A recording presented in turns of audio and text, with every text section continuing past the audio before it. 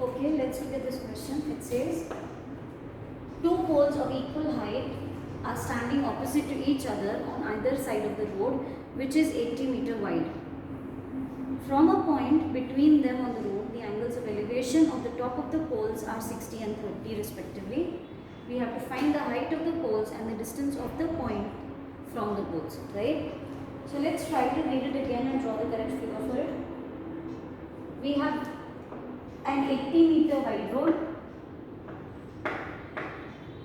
At the end of this road, we have two poles, and both the poles are of equal height. Okay, this is 80 meters. Somewhere between the road is a point. Now the word over here is between. The word isn't middle. So it's not necessary that the roads that we are going to consider, the point that we consider should be in the middle. The point is somewhere between. So it could be anywhere. It could be this point, it could be this point. Suppose I consider this as my point. Let me represent the two poles with as AB and CD, and let P be the point on the road.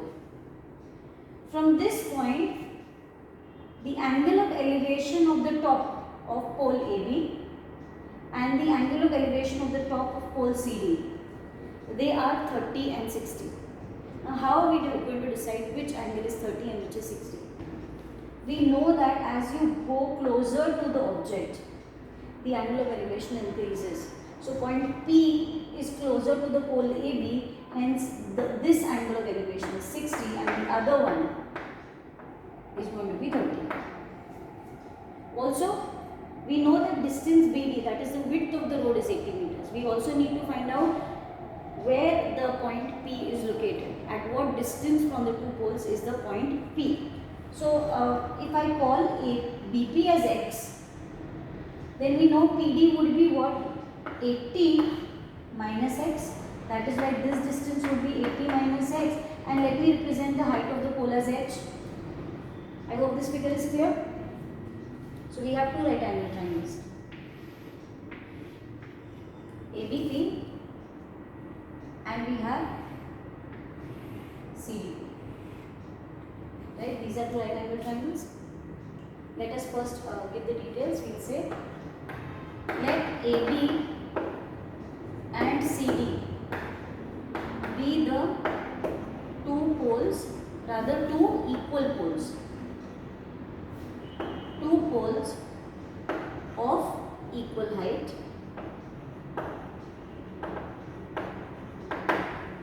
Let BD be the width of the road.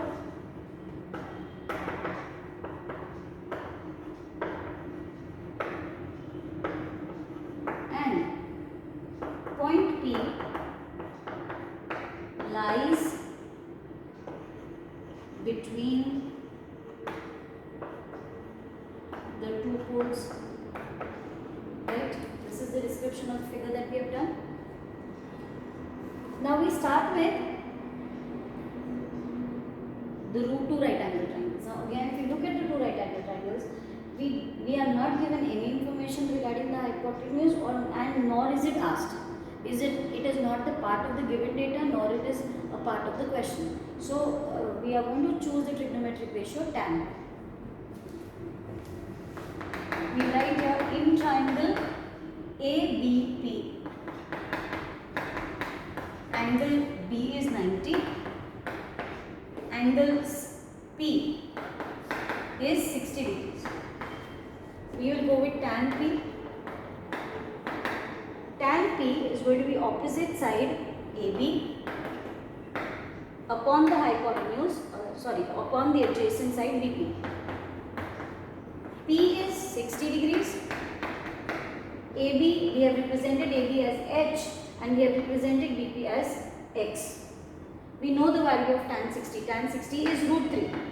Root 3 is H by X. This is one part. For now, I don't know what to do further, so we are going to leave it here and we will go to the next triangle and we will come back to this part. So the second part would be the second triangle in triangle CDP. We have angle D as 90 this time, and we have angle P as 30 this time. So again over here we are going to choose tan as a trigonometric ratio. Tan P this time would be, opposite side is CD and the adjacent side is PD. Angle P this time is 30. CD is the pole and the pole's height is represented as h. PD as 80 minus x. We need to find both h and x. Right children? Tan 30 is 1 by root 3. From here, I can get the value of h as x root 3, isn't it? Which we can substitute here. X root 3 is 80 minus x.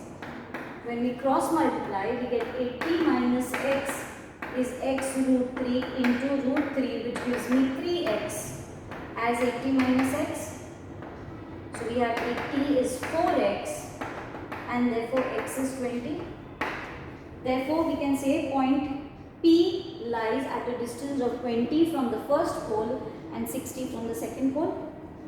We'll write here, therefore, point P lies at 20 meters from pole AB and 60 meters from pole CD.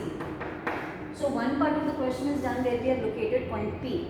Now we want to find out the height of the poles. We know this relation, right? Height of the pole, here we derived the relation and the height of the pole is x root 3. Therefore we write here, therefore h now is x root 3. We have already calculated x as 20. So height of the pole we got, we write it therefore